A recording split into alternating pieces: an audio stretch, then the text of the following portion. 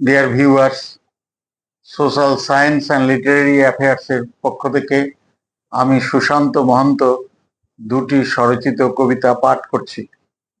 প্রথম কবিতা, সরব দিন।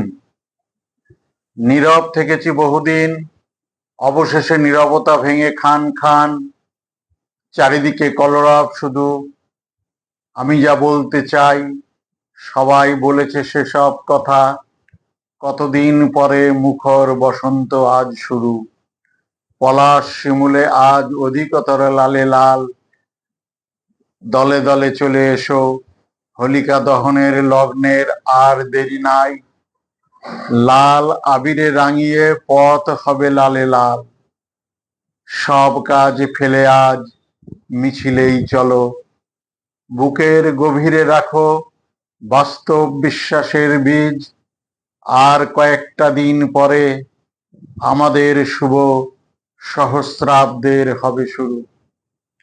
দ্বিতীয় কবিতা, জনৈক অবসরপ্রাপ্ত বিচারক মহাশয়ের প্রতি।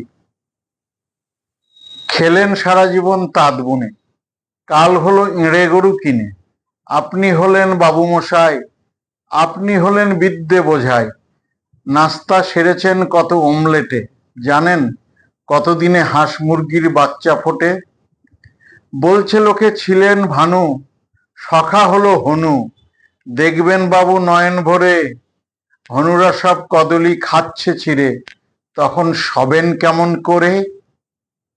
এখানেই শেষ করছি। নমস্কার, আপনারা ভালো থাকবেন, মতামত দেবেন।